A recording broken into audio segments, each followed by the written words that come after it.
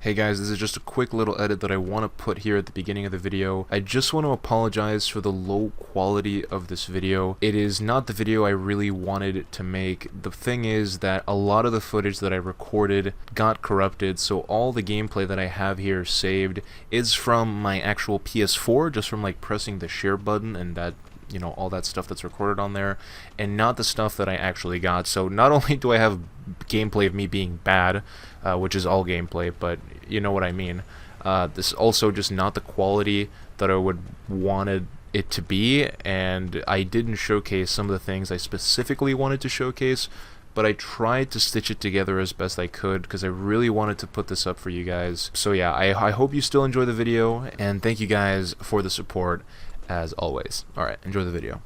Hey, what is going on guys, and welcome back to another Monster Hunter World video. Today I'm here to bring you guys my thoughts as well as some first impressions on the beta for Iceborne that has been running for the past 2 weekends. Now keep in mind that everything I'm going to talk about is all from a beta, so some things may be different upon release, and there usually are some things that definitely change, so take everything with a grain of salt, but this is still a pretty general idea of what we can expect from the expansion. So I'm going to talk about things in order from least important to most important to me myself personally. So the first thing I want to go over is the map, Hoarfrost Reach. First off, it is absolutely beautiful. I love the snow effects, the trail you leave on the ground when you walk through the thick snow, the little creatures that run around are adorable, and even though I don't really find riding them that much to my preference, to be honest, it is still a really cool addition that I think will definitely be useful for newer players and for when we first start learning the layout of the map, where everything is, where monsters spawn, where tracks appear, and everything like that.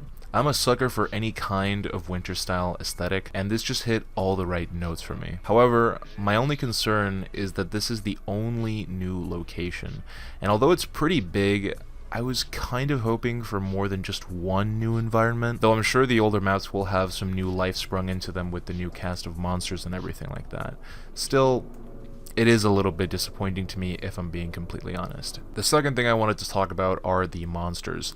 The 2 new monsters that were in the beta, Horny Boy and Icy Boy, are both pretty cool, no pun intended, but I was trying to learn their patterns and pathetically failed because they both seem to have a bunch of moves that just don't come out with the timing you would expect. But anyways, I think the coolest part about them is how they both can use the environment against you, and I think that's the main reason why they put these 2 in the beta, so you could see these new type of features. But it really actually completely changes the flow of the fight, and I really like that. I'm hoping to see other monsters do similar things. Unfortunately, during my time with the beta this weekend, I didn't get Nargacuga to spawn, but I did fight Tigrex, or Tigrex, however the hell you pronounce it, and this is all I have to say about him.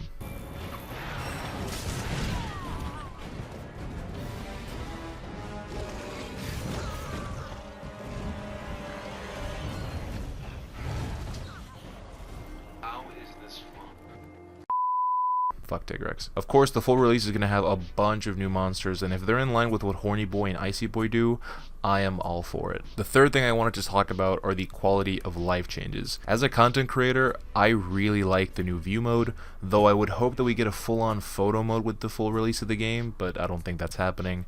But it would be nice. The ability to shoot your slinger with your weapon out isn't really a quality of life change, it's more of a gameplay and mechanic change, but it does make playing the game feel a lot smoother, and I am a big fan of that. The most important one for me, honestly, is the ability to delete loadouts. Thank God. And that now we can choose to auto-select our radial menus regardless of our loadouts. Thank you, Jesus. These should have been in the game since launch, but better late than never. One thing that I'm really happy that they added was the ability to modify or change the training room. This is something that I mentioned in my wishlist video, which I'll have to revisit at some point, and although not everything I mentioned was in there, the combo counter and the clock heart are a great starting point, especially for people like me who like seeing the numbers, who like being able to compare them. These are pretty welcome changes. The fourth thing I wanted to talk about is the gear and the jewels, so the armor, the weapons, mantles, boosters, and the new skills. We had a decent little selection of gear in the beta, but of course the full game is going to have a million more things with a bunch of different skills and skill combinations, and of course all of our current weapons are going to be outdated by the new ones, so we'll have to see which ones will age well into the master rank and which ones are going to be overshadowed. So we have a lot to sift through, but at first glance, I can't say much. Something I really like is the addition of jewels to mantles, as well as the inclusion of tier 4 jewels. This is for sure something that we're all going to spend countless hours farming if they're worth it. I just really hope that they actually are worth it. But by far, the thing I like the most were some of the new skills. Offensive Guard, especially to me, screams Charge Blade. To most other people, it will scream Lance, but I mean, come on. This and Survival Expert are really good new skills, and that's exactly what this game needs. A meta shift. I want to see more skills that provide more offensive options and make defensive options worth considering, and the fact that they're rehashing old useless skills that nobody used and turning them into something new and actually good is a really big turn on for me. That's the direction I want to see a lot of developers take with their games, and this is definitely something I am a huge fan of, and I want to see how far we can push the builds in the end game for Iceborne. It's going to be crazy, as long as some of the new skills from the new monsters and everything like that are noteworthy as well. The fifth thing I wanted to talk about are the new weapon changes. Now this, to me, is the most important thing from this expansion, because here's the thing, Monster Hunter World has been stale for quite a while, okay, let's be honest, and adding new monsters and everything helps, of course, but as it's been proven by Arc-Tempered monsters, if what you're doing with your controller are the same moves, you're seeing the exact same thing, doing the same damn thing you've been doing for the past year and a half, the fun factor of the new monsters is going to run out as soon as you fight them a few times. So new weapons and new mechanics is what keeps a game like this fresh for me. So when they said they were adding all these new moves, it got me hyped. And after playing with them, some of them kept me pretty damn hype. More hype than I anticipated, but some of them were really disappointing and underwhelming. So let me briefly go over the ones that I think are least relevant, and by relevant I just mean weapons that have new moves that will seriously change up the way you play them. The ones that I don't think will change at all really are going to be Lance, Gun Lance, Light Bowgun, Heavy Bowgun, Insect Glaive, Hammer, and Hunting Horn. These barely have any changes, but for HPG you can now put a special mod for your special ammo, and I'm not quite sure what they do specifically, but for the Wyvern Snipe one, you can actually attach a sniper scope onto your gun and go first person mode. I really don't know if this improves your critical distance range. It's kind of hard to tell, but if it does, it is very, very minor, at least for this specific HBG that was available in the beta. And for the hammer, you can now shoot a slinger burst after a power smash, which is alright, I guess. It doesn't really have any new moves or anything. And the Insect Glaive got a new diving attack, which travels forward a decent distance, and you can kind of harpoon yourself with it, which is pretty cool. But again, I don't think it changes the way that you play Insect Glaive at all. You kind of just are going to keep playing it the exact same way. Now, for the weapons that I think got a significant change, I'll start with a sword and shield. Basically, after any dodge, you can now do a claw uppercut, which will attach you to the monster. This is by far the easiest weapon to attach yourself to a monster with because of how quick and easy it is to land this uppercut. I like it a lot because it keeps the theme of the sword and shield being this multi-use, mobile, all-around weapon, and I really, really like that. Using the claw, I'm not really used to it yet, but I can tell it's going to play a huge role in the full game, so I expect Sword and Shield to be hella strong, especially in group play. The second weapon that got a huge change, at least in my opinion, was Greatsword. Now, you can shoot a slinger shot after any charge slash, and cancel straight into a true charge slash, which is way faster than performing a full charge slash combo, and even faster than a double tackle into TCS combo. Thanks to this, you can also perform this super far-reaching combo. You slash, tackle, into a side slash, into a slinger shot, into TCS, which moves you a mile forward. Another thing that I'm not sure if it's a buff or a nerf is the way the True Charge Slash works now. Basically, if you land the first hit of the TCS, the second hit will deal significantly more damage. I'm just not sure if that empowered hit is equivalent to the TCS damage we have in Monster Hunter World now, and we have to land the first hit in order to get the same damage that we already have, in which case it's a nerf, or if it's just an increase to the damage of that last hit, which makes it just a flat-out buff. Which is what I'm hoping, but I don't really have a way to compare that right now because of, you know, the different weapons and the skills that are available in the beta and everything like that. Another weapon that got a small yet significant change to me was the Switch Axe. Now, after 2 wild swings, you can do a heavy axe attack which deals significant damage, and this is probably going to be the new Switch Axe combo, which is why I'm including it in the list of meaningful things, because I think this new move is going to be bread and butter for all switch axe players. Another similar case are dual blades. Now, after any basic attack, basically any triangle attack, you can do an evade shot, which fires slinger ammo and flips you in the direction that you inputted.